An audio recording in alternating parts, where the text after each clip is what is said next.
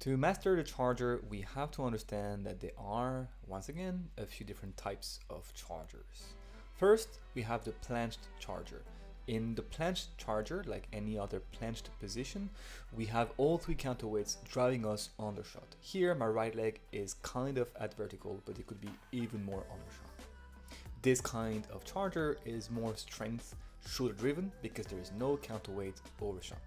Next, we have the slightly closed shoulder charger, much more common, in which the back leg is reaching out far into the overshot zone to compensate for the pelvis and the bent front leg being undershot. The pelvis is not aligned because the shoulders are closed. Similar but deeper in the amount of arching, we have the position 3 charger, in which the shoulders are simply more closed, which means that the pelvis is helping even less, which means that we have to reach even further out with our back straight leg.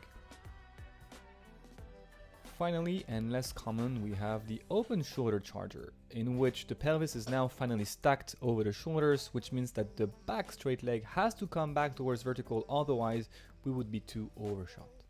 This should remind you of the half W. As you develop control, you will find yourself, however, able to move the back leg a bit more out without changing much to your shoulder angle.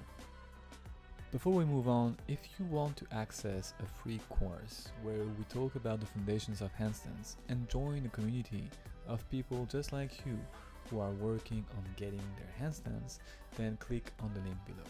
And this leads us to the following point.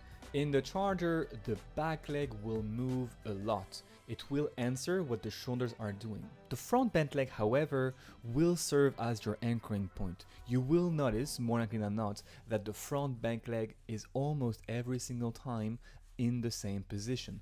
And the more we flex that hip, the more stable we feel. So a lot of your work is going to be about feeling that bent front leg and ensuring that it stays in the right position to give you more leeway with what your shoulders and your straight leg are doing.